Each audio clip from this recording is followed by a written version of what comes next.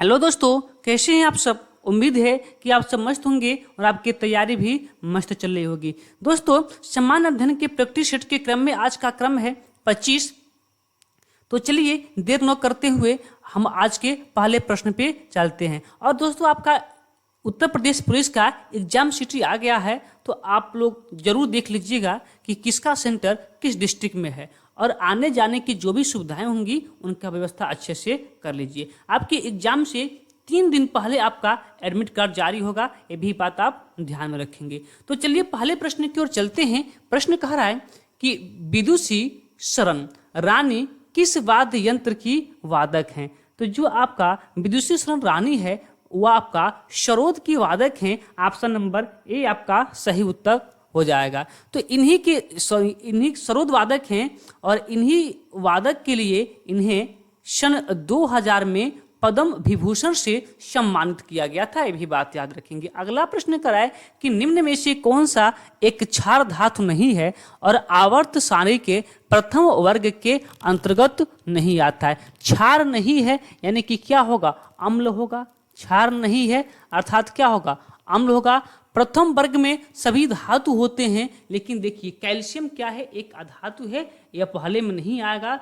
Option number D आपका सही उत्तर हो जाएगा। ठीक है, और ए क्षार नहीं है, क्या है, अम्ल है। ठीक है, और यहां देख लीजिएगा धातु पूछा है, सभी ये तीनों आपके धातु हैं क्योंकि इलेक्ट्रॉन को त्याग करते हैं, लेकिन जो कैल्शियम है वह धातु है क्योंकि इलेक्ट्रॉन को क्या करता है, ग्रहण करता है। अगला प्रश्न कह रहा है कि केरल की मध्य और उत्तरी भागों और तमिलनाडु के कोंगू क्षेत्र को नियंत्रित करने वाले चोल राजवंशों का प्रतीक था। देखिए आपसे कुछ नहीं पूछा है, सिर्फ आपसे ये पूछा है कि जो चेर राजवंश हैं इसका प्रतीक क्या है। बाकी तो प्रश्न जो आपको दिया है आपका टाइम बर्बाद करने के लिए दिया है। तो ध्यान दीजिएगा, जो चेर राजवंश थे उनका जो प्रतीक था धनुष और बाण था। ऑप्शन नंबर बी आपका सही उत्तर हो जाएगा। अगला प्रश्न कर रहा है कि भारतीय न्यायिक प्रणाली में PIL का अर्थ क्या है।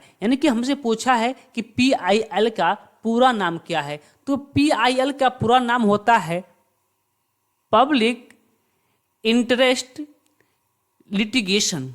Public interest litigation. Option number B आपका सही उत्तर हो जाएगा। अगला प्रश्न कर रहा है कि सोडियम हाइड्रोक्साइड निम्नलिखित में से किस सामान्य पदार्थ का रासायनिक नाम है। सोडियम हाइड्रोक्साइड यानी कि सोडियम हाइड्रोक्साइड किस सामान्य पदार्थ का रासायनिक नाम है। तो वो आपका है क्या, वो आपका कौन सा, दाहक सोडा। Option number A.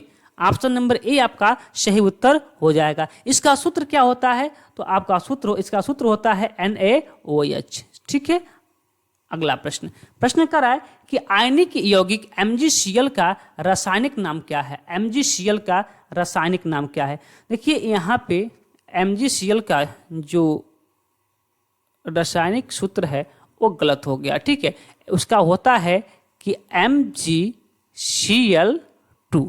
क्या होता है, MgCl2 होता है।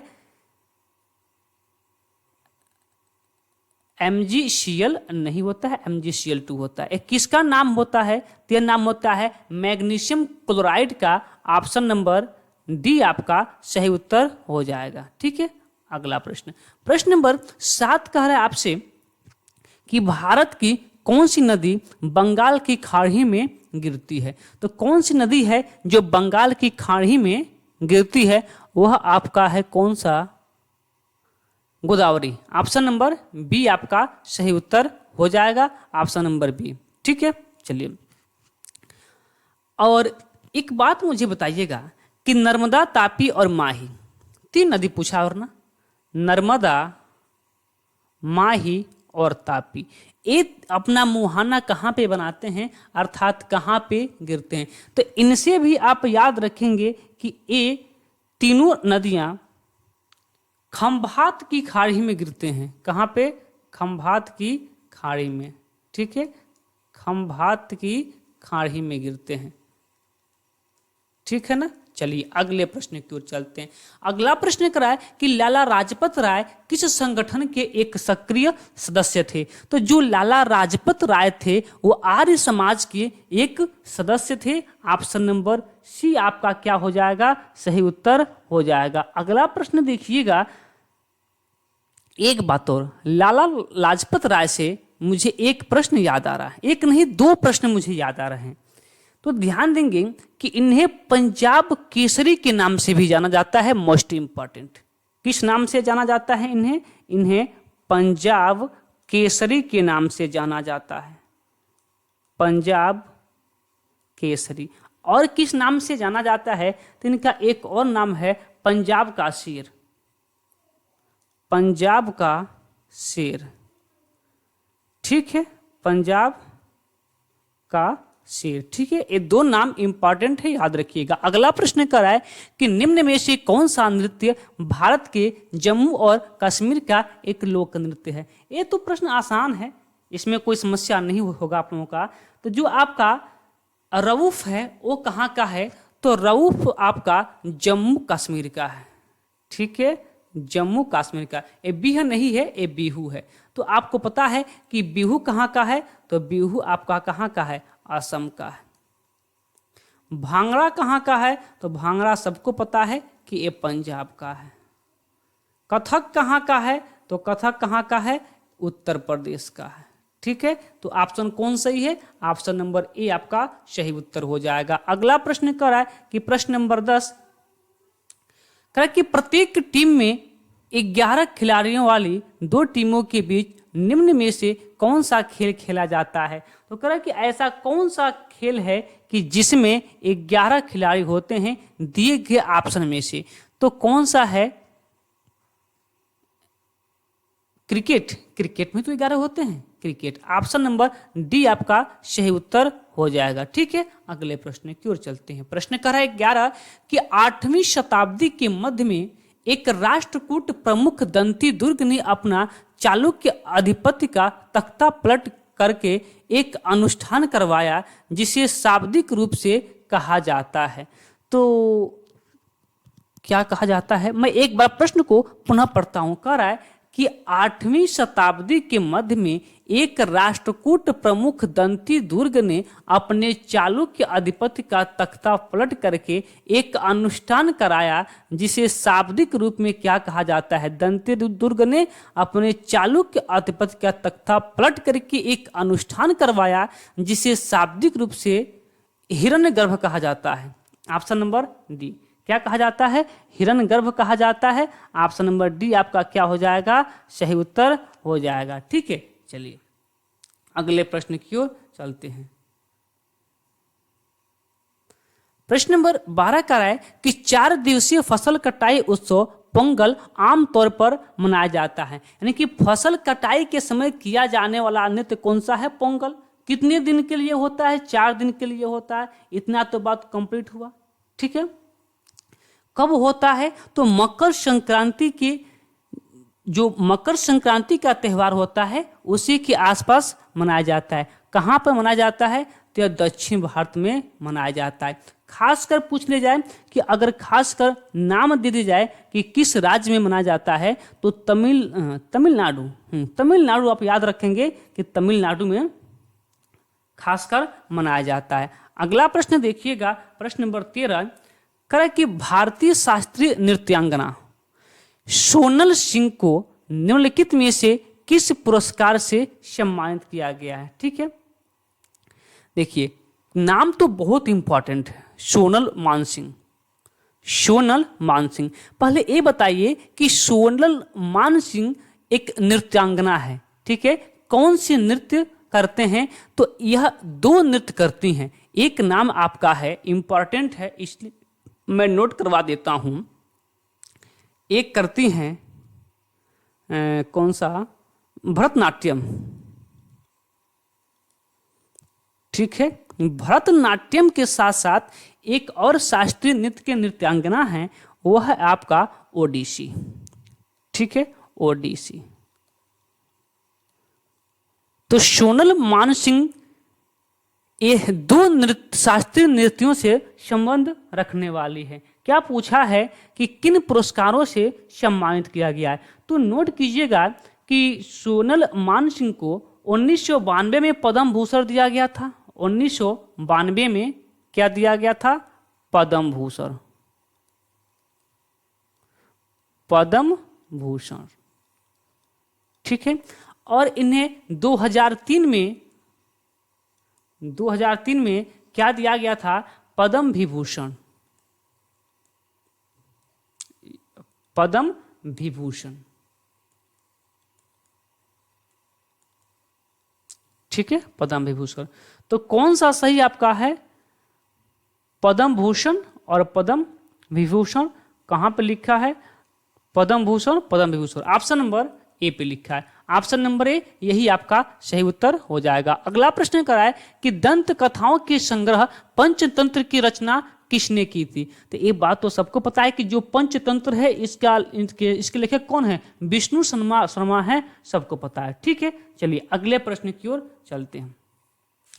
अगला प्रश्न करा है कि फेमिना मिस इंडिया 2023 की विजेता चुनी गई थी। तो फेमिना मिस इंडिया 2023 की विजेता कौन चुनी गई थी? वो थी नंदिनी गुप्ता। ये कहाँ की रहने वाली हैं? ये भी प्रश्न आपसे पूछ सकता है। तो यह रहने वाली है कहाँ की? राजस्थान की। कहाँ की?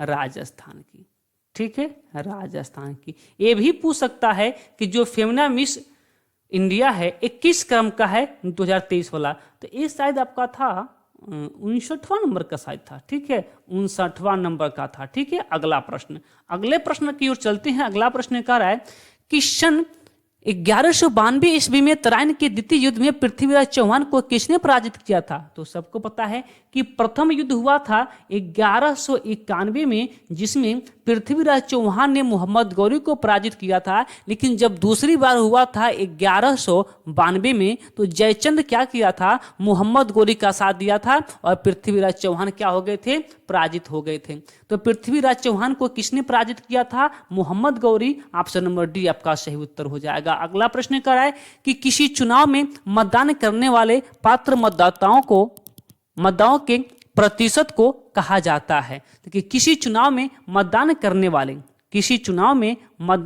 वाले पात्र जो मतदाता हैं, ठीक है, इनके प्रतिशत को क्या कहा जाता है? तो कहा जाता है मतदान प्रतिशत, ठीक है। ऑप्शन नंबर बी आपका सही उत्तर हो जाएगा। अगला प्रश्न देखिएगा, प्रश्न नंबर 18 कह रहा है कि Tata iron and steel company जो टिस्को है, इसका उत्पादन शुरू हुआ था, यानी क्या इसका उत्पादन कब प्रारंभ हुआ था? एक कंपनी कब लगाई गई थी? तो ध्यान दीजिएगा, जो Tata iron and steel company है वह 2012 से स्टील का उत्पादन शुरू किया था, ठीक है। उत्पादन शुरू किया, कब से शुरू किया था? 1912 से। लेकिन इसकी स्थापना कब होती है? तो इसकी स्थापना होती है कहाँ पे? कहाँ पे? जमशेदपुर में। कहाँ पे? जमशेदपुर में, ठीक है। और इसकी स्थापना होती है सन 1907 में। कब होती है? सन 1907 में। बातें क्लियर हैं? तो अगले प्रश्न की ओर चलते हैं। अगला प्रश्न कह रहा है कि मीना अवसादी शैलों के एक उदाहरण के बारे में चर्चा करती है, निम्न में से वह कौन हो सकता है? यानी कि आपसे स्पष्ट रूप से पूछा है कि अवसादी शैल का निम्नलिखित में कौन सा अवसादी शैल है, बस ये पूछा है कि कौन सा अवसादी शैल है। कौन है आपका? बलुआ पत्थर। ऑप्शन नंबर सी आपका सही उत्तर हो जाएगा, ठीक है। चलिए अगले प्रश्न की ओर चलते हैं। प्रश्न नंबर 20 का है कि पद्मश्री पुरस्कार पाने वाली पहली भारतीय अभिनेत्री कौन थी? कि प्रथम, देखिए, पद्मश्री पुरस्कार पाने वाली पहली भारतीय अभिनेत्री यानी कि पहली भारतीय एक्ट्रेस कौन थी कि जिसको पद्म भूषण पुरस्कार दिया गया था? वो थी नरगिस दत्त, ठीक है, नरगिस दत्त। नरगिस दत्त से एक और प्रश्न मुझे याद आ रहा है, ठीक है, आप कहें तो पूछ लिया जाए।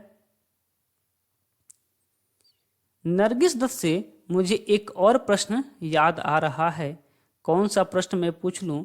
हाँ, ये पहली बात तो इनका वास्तविक नाम क्या है? पहली बात तो ये बताइए, इनका वास्तविक नाम क्या है? तो नरगिस दत्त का जो वास्तविक नाम है वह है फातिमा राशिद। फातिमा राशिद। नरगिस दत्त नाम बहुत इंपॉर्टेंट है, ठीक है, राशिद था। ये कहाँ की रहने वाली हैं? यह रहने वाली हैं पश्चिम बंगाल की, कोलकाता की रहने वाली है। पश्चिम बंगाल की कोलकाता, ठीक है, कोलकाता। और साथ ही ये भारतीय सिनेमा की प्रथम अभिनेत्री भी हैं, ये भी याद रखिएगा। ये क्या है? प्रथम अभिनेत्री हैं, ठीक है। और राज्यसभा में चुनी जाने वाली प्रथम अभिनेत्री भी यही है, नरगिस दत्त, ठीक है। अगला प्रश्न कर रहा है कि निम्न में से कौन सा प्राणी जगत में फाइलम मैमेलिया का एक उदाहरण है? कौन सा? फाइलम मैमेलिया, ठीक है। तो वह कौन सा? फाइलम मैमेलिया के अंतर्गत कौन से जीव आते हैं? तो वही आते हैं, क्या कहते हैं, जो अस्तनी जीव होते हैं। हाँ, जैसे मैं बात करूं चूहा की, मैं बात कर लूं, साथ में मैं आपका कंगारू की बात कर लूं। कंगारू मार्सुपियल्स का भी उदाहरण है, प्रश्न पूछा, ध्यान रखेंगे। कंगारू मार्सुपियल्स का भी उदाहरण है, ध्यान रखेंगे। अगला क्या होता है? गिलहरी होती है, गिलहरी, ठीक है। फिर इसी में खरगोश भी आता है, ठीक है। तो कौन इसमें है? चूहा है। तो फिर ऑप्शन नंबर ए आप सही करके आ जाएंगे। अगला प्रश्न कर रहा है कि निम्न में से किस फसल को बंगाल का सुनहरा रेशा कहा जाता है? मोस्ट इंपॉर्टेंट प्रश्न है। तो बंगाल का जो सुनहरा रेशा कहा जाता है वह कहा जाता है पटसन को। किसको कहा जाता है? पटसन को। लेकिन आप कहेंगे ऑप्शन में तो पटसन है नहीं, तो जूट को ही पटसन कहा जाता है। ऑप्शन नंबर डी आपका सही उत्तर हो जाएगा। पश्चिम बंगाल में जो जूट का उत्पादन है अधिक मात्रा में होता है। सर्वाधिक जूट का उत्पादन कहाँ पे होता है? पश्चिम बंगाल में होता है। अगला प्रश्न, प्रश्न नंबर 23 कह रहा है कि जैनों के अंतिम तीर्थंकर कौन थे? यानी कि जो जैन धर्म के मानने वाले हैं, जो जैन धर्म के मानने वाले हैं, उनके अंतिम तीर्थंकर कौन है? तो कौन थे? Mahavir Swami. Option number C आपका सही उत्तर हो जाएगा। और पहले कौन थे? पहले तीर्थंकर कौन थे? तो ऋषभनाथ, ऋषभनाथ ना, हाँ, ऋषभनाथ। 23वें के बारे में ही पूछता है, 23वें कौन थे? क्या आप हमें कमेंट करके बताएंगे? तो चलिए इस प्रश्न का उत्तर 23वें कौन थे, इस प्रश्न का उत्तर आप हमें बताएंगे, ठीक है। चलिए अगला प्रश्न कह रहा है कि भारत में हर कितने वर्ष के अंतराल पर जनगणना की जाती है? तो आप सभी को पता है कि भारत में प्रत्येक 10 वर्ष के बाद एक बार जनगणना की जाती है, 10वें साल बाद जनगणना की जाती है। और ये 10 की जनगणना किसकी शासनकाल में लागू हुआ था? तो आपको पता होगा कि जो 10 की जनगणना शुरुआत हुई थी वह हुआ था 1881 में। और कौन था किसके शासनकाल में? रिपन था, रिपन। मेयो में तो चालू हुआ पर वो नियमित नहीं था, 72 में। हाँ, रिपन सही, ठीक है, रिपन। अब ध्यान दीजिएगा, अब 2011 की जनगणना हुई है, इससे कुछ प्रश्न आपसे पूछ सकता है, ठीक है। देखिए प्रश्न क्या पूछ सकता है कि जनगणना आयुक्त का जो कार्यालय है किस मंत्रालय के अधीन होता है? तो वह मंत्रालय आपका है गृह मंत्रालय। कौन सा मंत्रालय? गृह मंत्रालय, ठीक है, गृह मंत्रालय, ठीक है। और क्या मैं पूछ लूं? और मैं पूछ लेता हूं कि वर्तमान में जनगणना आयुक्त कौन है? ये प्रश्न मैं आपसे पूछूंगा कि वर्तमान में जनगणना आयुक्त कौन है। चलिए अगला प्रश्न, प्रश्न कर रहा है कि निम्न में से कौन सा एक पर्यावरणीय कार्य नहीं है? कौन सा एक पर्यावरणीय कार्य नहीं है? ऑप्शन क्या दिया है कि जीवन की गुणवत्ता को बढ़ाना, ये तो पर्यावरणीय कार्य है। संसाधन की आपूर्ति करना, ये भी है।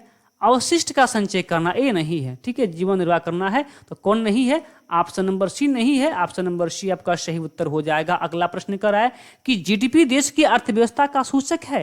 जीडीपी में डी का अर्थ क्या है? जीडीपी अर्थव्यवस्था का सूचक है। जीडीपी में डी का अर्थ क्या है? तो जीडीपी का पूरा नाम पता कीजिए। जीडीपी का पूरा नाम होता है ग्रॉस डोमेस्टिक प्रोडक्ट। ठीक है, ग्रॉस डोमेस्टिक प्रोडक्ट। तो डी का मतलब क्या है? डोमेस्टिक। कहाँ लिखा है? डोमेस्टिक। ऑप्शन नंबर बी आपका सही उत्तर हो जाएगा। ठीक है, चलिए अगला प्रश्न। एक बात और आप यहाँ से मुझे एनएनपी का पूरा नाम बताएंगे। ठीक है, एनएनपी का। ठीक है, चलिए अगला प्रश्न। कह रहा है कि क्रिकेट में गेंद को मारने पर गेंद मैदान पर दौड़ती हुई निर्धारित सीमा के पार जाती है तो वह रन के बराबर होता है। क्या करता है? दौड़ती हुई। एकाएक नहीं गया है, दौड़ते हुए गया है। तो जब एकाएक, जैसे मान लीजिए कि ये ग्राउंड आपका है, ठीक है, और यहाँ कोई क्रिकेट वाला खेल रहा है, ठीक है, ये मारा तो डायरेक्ट ये उड़ के यहाँ इसके पार चली जाती है, डायरेक्ट उड़ के इसके पार, तो रन 6 होता है। लेकिन ये दौड़ते दौड़ते ऐसे मान लीजिए गेंद इस सीमा के बाहर गया तो कौन सा रन होता है? 4 रन होता है। ठीक है, चलिए अगला प्रश्न कर रहा है कि भारतीय संविधान में शासन के मंत्रिमंडलीय स्वरूप किस देश से लिया गया है? भारतीय संविधान में शासन के मंत्रिमंडलीय स्वरूप को किस देश से लिया गया है? तो वह देश आपका क्या है? यूनाइटेड किंगडम, यूके से लिया गया है। ऑप्शन नंबर डी आपका सही उत्तर हो जाएगा। अगला प्रश्न देखिएगा, प्रश्न नंबर 29 का है कि राक कट गुफा मंदिर दुनिया की सबसे बड़ी एक खंड संरचना है और वह कहाँ पे है? राक कट गुफा मंदिर दुनिया की सबसे बड़ी एक खंड संरचना है और वह कहाँ पे है? तो वह है क्या पूछा है? राक कट गुफा मंदिर दुनिया की सबसे बड़ी एक खंड संरचना है। कौन सा है? ठीक है, कौन सा है?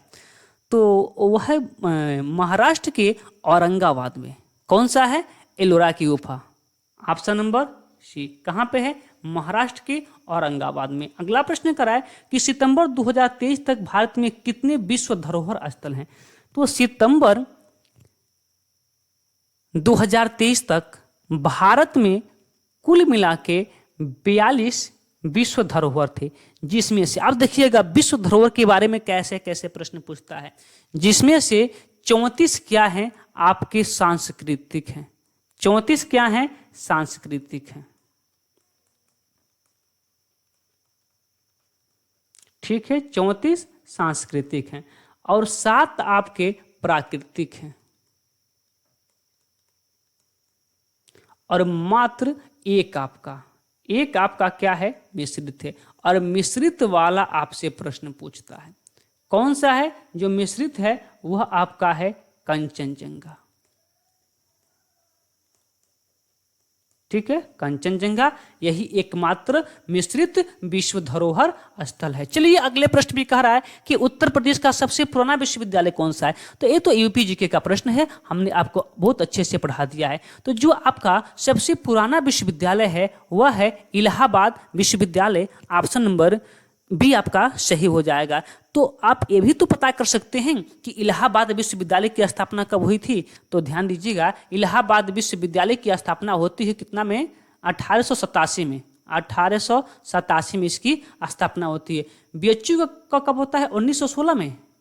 बीएचयू का 1916 में होता है। ठीक है, चलिए लेकिन इलाहाबाद विश्वविद्यालय को केंद्रीय विश्वविद्यालय का दर्जा कब मिला था? तो इसे केंद्रीय विश्वविद्यालय का दर्जा मिला था कितना में? सन 2005 में। ठीक है, अब भारत का पहला केंद्रीय विश्वविद्यालय पूछ ले तो फिर आप इलाहाबाद नहीं मार के आएंगे, तब आप मार के आएंगे बीएचयू बनारस हिंदू विश्वविद्यालय, पहला केंद्रीय विश्वविद्यालय। ठीक है, चलिए अगले प्रश्न की ओर चलते हैं। प्रश्न नंबर 32 कि doctor Ambedkar institute of technology for handicap अवस्था, हैंडीकैप होना चाहिए, थोड़ा सा टाइपिंग मिस्टेक हो गया। ठीक है, थोड़ा सा टाइपिंग मिस्टेक हो गया। ठीक है, तो ये जो इंस्टीट्यूट है वो केवल विकलांगों के लिए है, केवल हैंडीकैप के लिए है। तो ये कहाँ पे है? यह आपका कानपुर में है। ऑप्शन नंबर सी आपका सही उत्तर हो जाएगा। अगला प्रश्न देखिएगा, प्रश्न नंबर 33 कह रहा है कि उत्तर प्रदेश में केंद्रीय विश्वविद्यालय की संख्या, ये भी यूपीजीके का प्रश्न है, आपको बता दिया गया है, फिर भी मैं बता रहा हूं, सुनिएगा ध्यान से कि उत्तर प्रदेश में जो केंद्रीय विश्वविद्यालय की संख्या है वह आपके कितने, 6 है। हाँ 6 है, ठीक है। कौन कौन है तो नोट कीजिएगा। एक है अलीगढ़ में, कौन, अलीगढ़ मुस्लिम विश्वविद्यालय, ये पहला हो गया, अलीगढ़ मुस्लिम विश्वविद्यालय, ठीक है। अगला दूसरा कौन सा है, दूसरा है बाबा साहब भीमराव अंबेडकर विश्वविद्यालय, जो कहाँ पे है, लखनऊ में है। तीसरा कौन सा है, बनारस हिंदू विश्वविद्यालय, बीएचयू, नाम से स्पष्ट है कहाँ होगा, बनारस में होगा। चौथा कहाँ है आपका, इलाहाबाद विश्वविद्यालय, कहाँ पे है, प्रयागराज में है। पांचवा कहाँ पे है, तो पांचवा आपका है राजीव गांधी राष्ट्रीय उद्यान विश्वविद्यालय, जो कहाँ पे है, रायबरेली में है। रायबरेली वालों को पता होगा, नहीं पता होगा तो जो जाने वाले हैं वो देख लेंगे जाके वहाँ पे। अगला कर रहा है कोवा जी, रायबरेली हो गया, गलती हुआ का, 1 2 3 4 5 6, कोई छूट गया, फिर भी एक बार मिलाइएगा। अलीगढ़ विश्वविद्यालय, बाबा साहब अंबेडकर विश्वविद्यालय, बीएचयू, फिर इलाहाबाद राजीव गांधी, हाँ राजीव गांधी, 6 बताए नहीं, लिख दिए हैं, बताए नहीं है, ठीक है। तो ये कौन सा है, रानी लक्ष्मीबाई केंद्रीय कृषि विश्वविद्यालय, और वो कहाँ पे है, झांसी में, कहाँ पे है, झांसी में। ये मोस्ट इंपॉर्टेंट है, ठीक है। उत्तर प्रदेश में मात्र एक ही केंद्रीय कृषि विश्वविद्यालय है, इसलिए यह प्रश्न इंपॉर्टेंट है। उत्तर प्रदेश में मात्र एक ही केंद्रीय कृषि विश्वविद्यालय है, और वो कहाँ पे है, झांसी में। नाम क्या है, रानी लक्ष्मीबाई केंद्रीय कृषि विश्वविद्यालय, ठीक है। चलिए अगले प्रश्न की ओर चलते हैं। अगला प्रश्न करा है कि उत्तर प्रदेश में प्रथम दुग्ध सहकारी समिति की स्थापना हुई थी। तो उत्तर प्रदेश में प्रथम दुग्ध सहकारी समिति की जो स्थापना हुई थी वह कहाँ पे हुआ था, इलाहाबाद में हुआ था शायद। Option number D.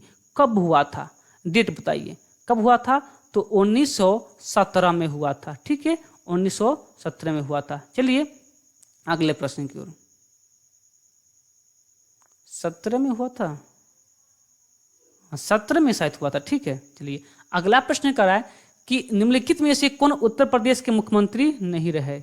तो कौन मुख्यमंत्री नहीं रहे थे, गोविंद बल्लभ पंत रहे थे, टीएन सिंह रहे थे, राम नरेश यादव रहे थे, नित्यानंद स्वामी नहीं रहे थे, ठीक है।